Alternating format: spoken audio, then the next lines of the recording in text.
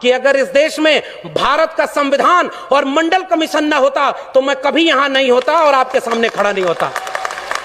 तो जिस सीढ़ी से चलकर मैं आया हूं वो सीढ़ी मेरी आंखों के सामने तोड़ी जा रही है और मंच पर आकर के मैं आपसे तालियां बजवाने के लिए वो बात कहूं कि सब लोग खुश हो जाएं और कल को मुझे वाइस चांसलर बना दें। वो वाइस चांसलरी किस काम की है कि कल वापस जाके जब मेरे लोग मुझसे पूछेंगे मेरी नौकरी बर्बाद हो गई, शिक्षा बर्बाद हो गई, रोजगार बर्बाद हो गया, तुम उन लोगों के साथ बैठ करके कह रहे थे जय भीम जय मंडल। ये सबसे बड़ा खतरा है। उन लोगों को पहचानिए जो आपके वैचारिक दुश्मन हैं। मैं ओबीसी समाज से आता हूं और मैं ओबीसी समाज को एक शिकायत करता हूं। इस देश में ज्योतिबा फूले माली जाति से आते थे, ओबीसी थे। डॉक्टर अंबेडकर ने उन्हें अपना तीसरा गुरु बनाया था। शाहू जी महाराज ओबीसी जाति के थे। पेरियार चरवाहा समाज के थे। ओबीसी घरों में इनकी तस्वीरें नहीं है। शिवदयाल सिंह चौरसिया 1928 में बिहार में और उत्तर प्रदेश में आदि हिंदू सभा बनाए और जब हिंदू लोगों ब्राह्मणों के पास गए और उनसे कहे कि मैंने आदि हिंदू सभा बनाया है, इसकी मेंबरशिप ले लो, तो ब्राह्मणों ने कहा हम हिंदू थोड़े ही हैं, हम तो आर्य हैं। तब चौरसिया साहब खड़े हुए और उन्होंने वो पर्चा फाड़ के कहा जब तुम हिंदू हम हिंदू, हम तो ये समझते थे दोनों एक हैं, और जब तुम हिंदू नहीं तो हम भी हिंदू नहीं। और उन्होंने उसका नाम बदल कर कहा depressed classes league, backward classes league. 1948 में उसका लखनऊ में सेमिनार कराया और उसकी अध्यक्षता करने के लिए पेरियार और डॉक्टर अंबेडकर को बुलाया, तब जाके बहुजन एका बनी थी। बस खतरा यह है कि उन लोगों को पढ़ने नहीं दिया गया। पनवाड़ी घरों में शिवदयाल सिंह चौरसिया का नाम नहीं है। मेरे अपने यादव घरों में पेरियार ललई सिंह यादव का नाम नहीं है। पेरियार ललई सिंह यादव ने क्या कहा था, मैं उनकी बात कह के रहा हूं। बलिदान न सिंह का होते सुना, बकरे बलिवेदी पर लाए गए, न काटे टेढ़े पादप गए, सीधों पर आरे चलाए गए, विषधारी को दूध पिलाया गया, विषहीन सदा तड़पाए गए। ये कहा था पेरियार ललई सिंह यादव ने। और जब त्रिवेणी संघ बना 1930 में बिहार में और बाद में अर्जक संघ बना उत्तर प्रदेश में, इन दोनों का नारा क्या था, ब्राह्मणवाद की क्या पहचान, गिटपिट बोले करे न काम, और मानववाद की क्या पहचान, ब्राह्मण भंगी एक समान। जिसमें समता की चाह नहीं वह बढ़िया इंसान नहीं, समता बिना समाज नहीं, बिन समाज जनराज नहीं। जो जमीन को जोते बोए वो जमीन का मालिक होए, सबको शिक्षा सबको काम, वरना होगी नींद हराम। हमारे डॉक्टर लोहिया ने कहा 100 में पिछड़ा पावे 100 में 60, संसो पाने बांधी गांठ। तब उसको जगदेव बाबू रामस्वरूप वर्मा ने नारे को आगे बढ़ाया कि 100 में 90 शोषित हैं, शोषितों ने ललकारा है, धन धरती और राजपाट में 90 भाग हमारा है। 10 का शासन 90 पर नहीं चलेगा, नहीं चलेगा। जो जमीन को जोते बे वो जमीन का मालिक होए, और राष्ट्रपति हो या भंगी की संतान, सबको शिक्षा एक समान, सबको शिक्षा सबको काम, वरना होगी नींद हराम। और सबको शिक्षा दे न सके जो, वो सरकार निकम्मी है, और जो सरकार निकम्मी है वो सरकार बदलनी है। आप नेताओं के गुलाम बन गए इसलिए क्योंकि आप एकजुट नहीं रहे।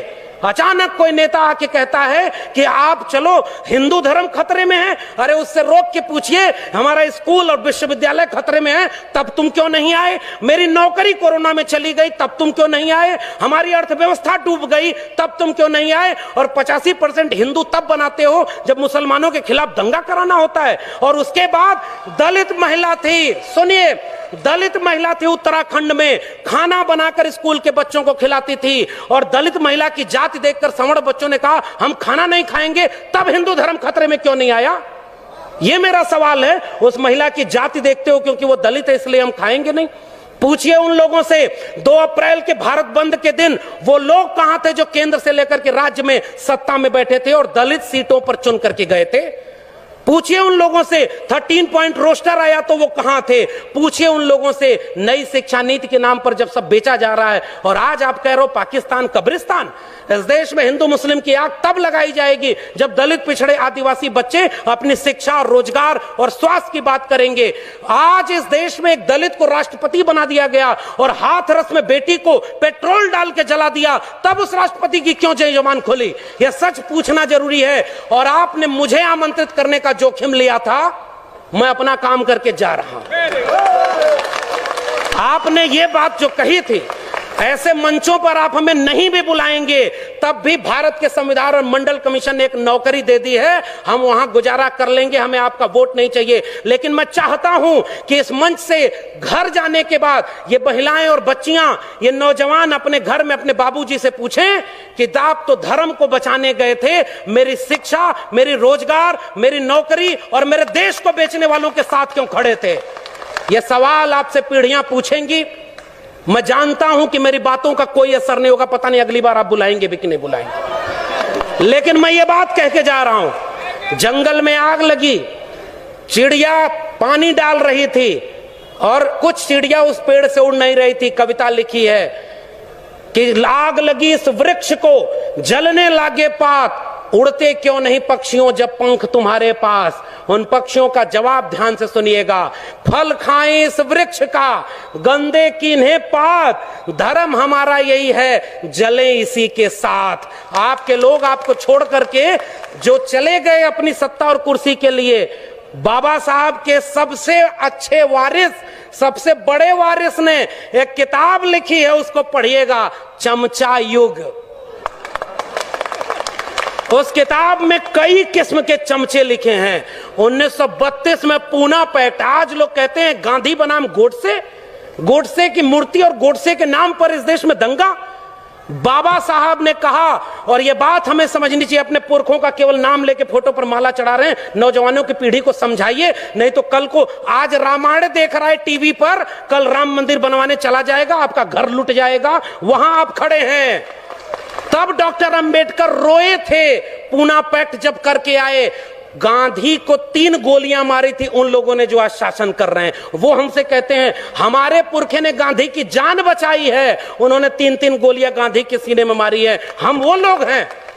और आखिरी बात कह के जा रहा हूं, इस देश में बहस चला रही है गांधी बनाम गोडसे, आप गांधी के साथ हैं कि गोडसे के साथ हैं? मैं कहता हूं गांधी बनाम गोडसे में हम गांधी की हत्या करने वाले नहीं, गांधी का जीवन बचाने वाले डॉक्टर अंबेडकर के साथ हैं। पेरियार ईवी रामास्वामी नायकर और गांधी की बहस में हम पेरियार के साथ हैं, भगत सिंह और गांधी की बहस में हम भगत सिंह के साथ हैं। हम डॉक्टर अंबेडकर और गांधी की बहस में गांधी की नहीं डॉक्टर अंबेडकर के साथ हैं, और गांधी और लोहिया की बहस में हम लोहिया के साथ हैं। ये हमारी विरासत है। आने वाली पीढ़ियां हमसे पूछेंगी साहब कि जब देश लुट रहा था, आपके बच्चों का भविष्य बर्बाद किया जा रहा था, दंगाई बनाया जा रहा था, तब आप